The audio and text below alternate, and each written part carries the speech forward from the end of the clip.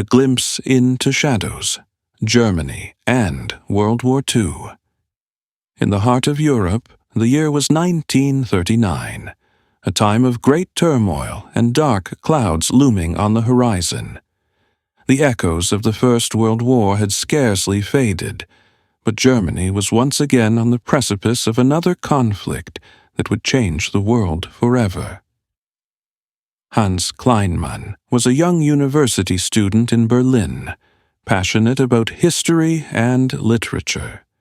Born into a modest family, Hans had witnessed the hardships of the Weimar Republic, the hyperinflation, and the societal disillusionment that paved the way for Adolf Hitler's rise to power.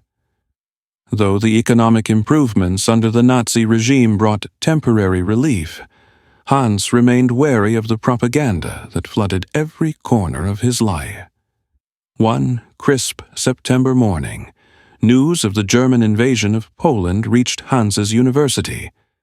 The air was thick with tension, and the whispers among students grew louder with every passing hour.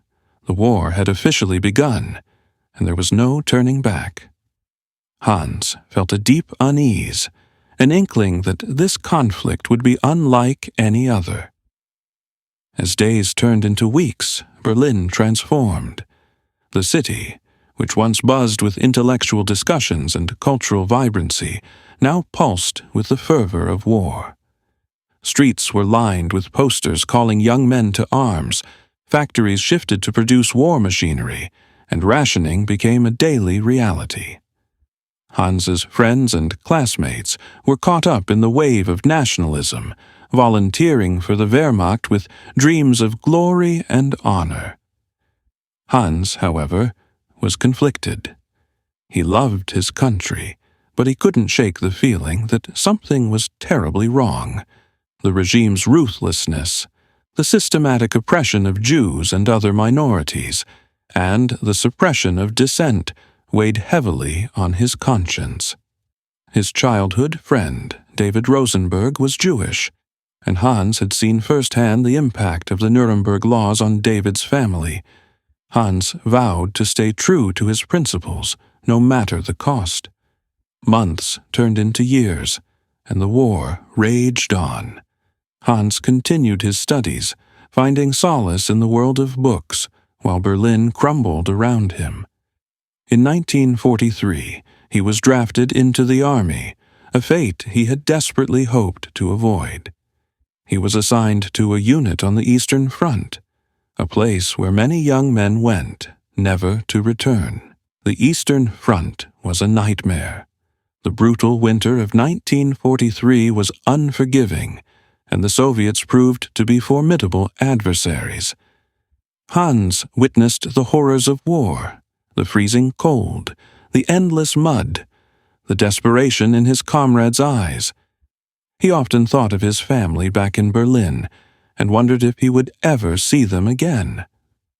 During a particularly harsh battle near Stalingrad, Hans was wounded and captured by Soviet forces. In the prisoner of war camp, he experienced both physical and psychological torment. But amidst the suffering, he found an unexpected ally in Ivan Petrov, a Soviet soldier who shared his love for literature. Despite the language barrier, the two bonded over their favorite authors, finding a glimmer of humanity in the midst of chaos. Back in Berlin, Hans's family struggled to survive the relentless bombings. His younger sister Lotte joined a resistance group, smuggling information and aiding those persecuted by the regime. She became a symbol of hope for Hans, a reminder that even in the darkest times, there were people willing to fight for what was right. As the war drew to a close in 1945, Germany lay in ruins.